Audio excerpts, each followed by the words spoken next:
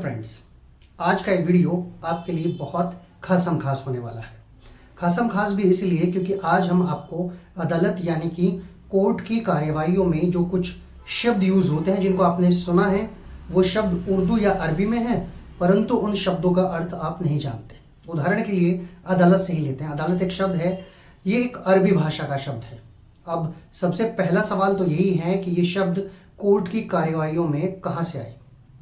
दरअसल पहले जब अंग्रेजी शासन था, उससे पहले भारत में मुगल शासन था, तभी से ये शब्द आज तक चले आ रहे हैं। जो कोर्ट की कार्यवाही है उनमें इन शब्दों का प्रयोग हो रहा है। अब दूसरा सवाल ये है कि एक आम इंसान या कोई जूनियर वकील या कोई लॉ का स्टूडेंट है, वो इन शब्दों को कैसे समझे। आज इस वीडियो में मैंने कुछ विशेष शब्द लिए हैं जिन्हें मैं बारी बारी से एक एक करके आपको बताऊंगा और साथ ही उन शब्दों के मतलब यानी उनके अर्थों के बारे में भी आपको बताता चलूंगा। तो चलिए हम लोग अपनी इस वीडियो की शुरुआत करते हैं। इस वीडियो को हम स्टार्ट करते हैं। सबसे पहले हम दो शब्द बताता हूं मैं आपको। पहला शब्द है मुलजिम और दूसरा शब्द है मुजरिम। ये दोनों शब्द एक जैसे लगते हैं पर एक जैसे नहीं है, इनके अर्थ बिल्कुल अलग है। मुलजिम शब्द का अर्थ है एक्यूज, जिसे हिंदी में आप आरोपी कह सकते हैं, यानी कि जिस किसी पर आरोप लगे हों हम उसे क्या कहेंगे, हम कहेंगे उसे मुलजिम।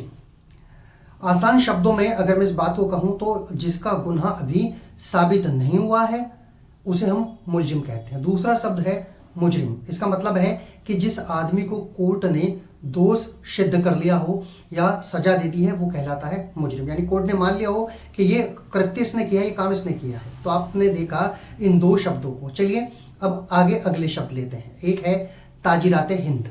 ताजीरात हिंद यानी भारतीय दंड संहिता जिसे बोला जाता था, अब ये बीएनएस हो गई है, भारतीय न्याय संहिता हिंदी में से कहा जाता है। पहले से ताजीरात हिंद उर्दू में और इंडियन पीनल कोड इंग्लिश में, और अब इसको बीएनएस भारतीय न्याय संहिता कहा जाता है।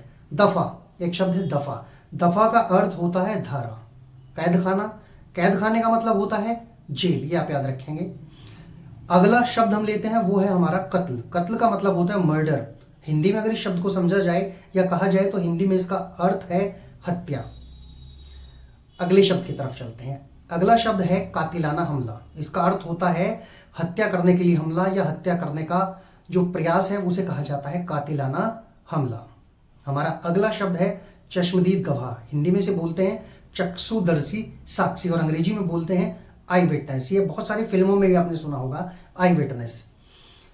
अगला शब्द देखते हैं। अगला शब्द है हमारा, ये आपने काफी सुना होगा, वो शब्द है हलफनामा।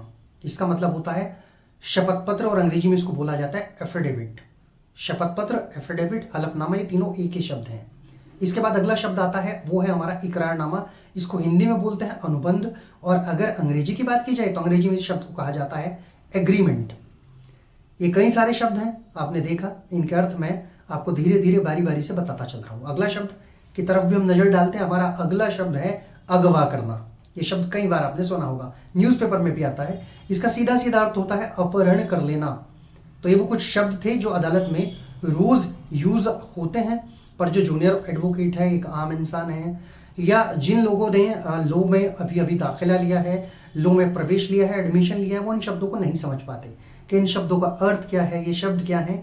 इसीलिए इस वीडियो में मैंने ये शब्द आपको बताए कि इन शब्दों का अर्थ क्या होता है, क्या ये शब्द होते हैं और कैसे ये शब्द हमारी रूटीन में आए, कैसे इन शब्दों का प्रयोग अदालत में किया जाने लगा।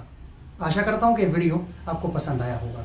कानून की जानकारी जो हमारे द्वारा आपको दी जा रही है वो आपको पसंद आ रही होगी। अगर ये वीडियो आपको पसंद आया है तो इस वीडियो को लाइक कीजिएगा, शेयर कीजिएगा, और यदि आप हमारे चैनल पर नए हैं तो हमारे चैनल को सब्सक्राइब जरूर कर लीजिएगा।